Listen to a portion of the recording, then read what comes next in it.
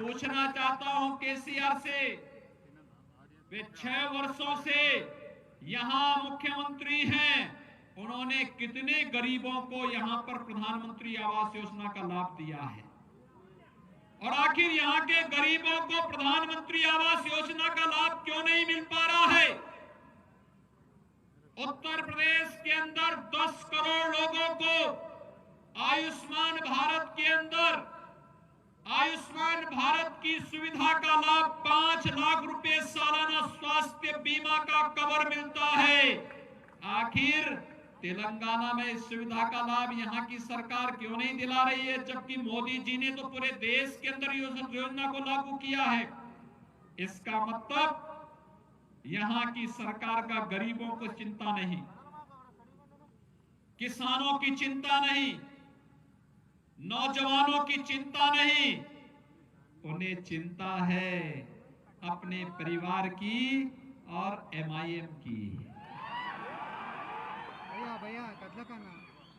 उन्हें चिंता है अपने परिवार की और MIM की, यहां की जनता की चिंता नहीं है। और भाइयों बहनों, MIM की कार्य पद्धति किसी से छुपी भी नहीं। बिहार के अंदर फिर से भारतीय जनता पार्टी गठबंधन की सरकार बनी, MIM का एक विधायक बना, और जब शपथ लेने के लिए गया तो उसने कहा मैं हिंदुस्तान के नाम पे शपथ नहीं लूंगा। भाइयों बहनों, हिंदुस्तान में रहोगे, हिंदुस्तान का खाओगे, लेकिन हिंदुस्तान का गाओगे नहीं।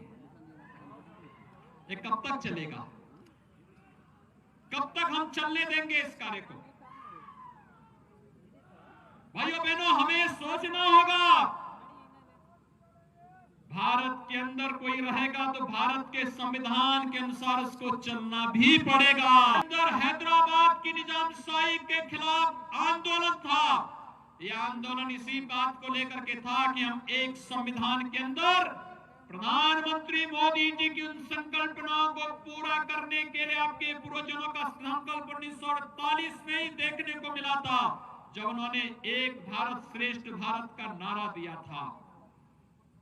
सरदार वल्लभ भाई पटेल जी के नेतृत्व में उस समय निजाम कुछ आनाकानी कर रहा था, और आनाकानी का जवाब सरदार पटेल ने एक महाअभियान चला करके भारत गणराज्य का हिस्सा बना करके कितना अत्याचार निजाम ने किया था यहां की महिलाओं पर, यहां के नागरिकों पर। इतने वर्ष बीत गए, 7 दशक बीत गए। पिछले 6 वर्षों से तेलंगाना में TRS की सरकार है। इन्होंने भी वायदा किया था कि यहां पर बलिदान होने वाले उन सभी नागरिकों का एक भव्य स्मारक बनाने का कार्य करेंगे, लेकिन MIM के दबाव में जो निजाम की भाषा बोलने का कार्य कर रहे हैं, वे वो स्मारक नहीं बनने देना चाहते हैं।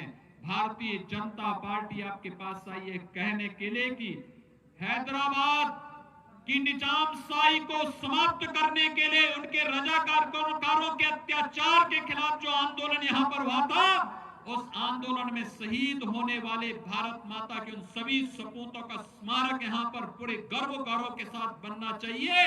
ये कार्य यहां पर किया ही जाना चाहिए, और इस संकल्प के साथ हम सबको आगे बढ़ने की तैयारी करनी चाहिए।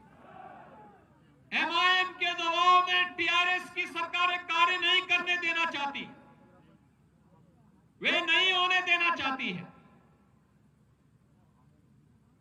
वे हर प्रकार से आपकी भावनाओं को दबाने का कार्य करना चाहते हैं। कार्य कैसे होता है आपने भी देखा होगा। प्रधानमंत्री मोदी जी ने 2014 में शपथ लेते ही एक मंत्र दिया था देश को। उन्होंने कहा था मैं जाति, मत, मजहब, क्षेत्र, भाषा के आधार पर किसी के लिए कोई घोषणा नहीं करूंगा।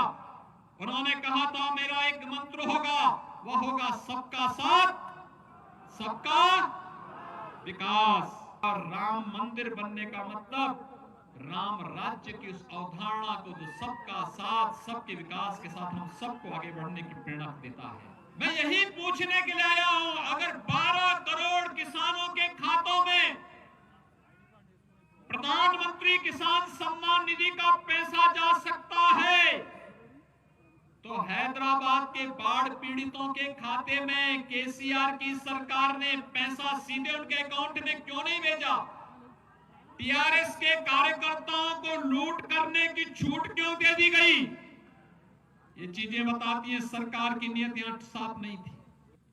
उत्तर प्रदेश के अंदर जब भाजपा नहीं थी, तब राम की जन्मभूमि के जिले को लोग फैजाबाद से पहचानते थे। हम लोग आए, हमने अयोध्या नाम कर दिया। अगर फैजाबाद अयोध्या हो सकता है, भाइयों बहनों, अगर इलाहाबाद प्रयागराज हो सकता है, तो हैदराबाद भी भाग्यनगर फिर से बन सकता है। और उसी भाग्यनगर के भाग्य को बनाने के लिए चुनाव है। और भाइयों बहनों, इसी दिशा में अभियान आगे बढ़ने की आवश्यकता है।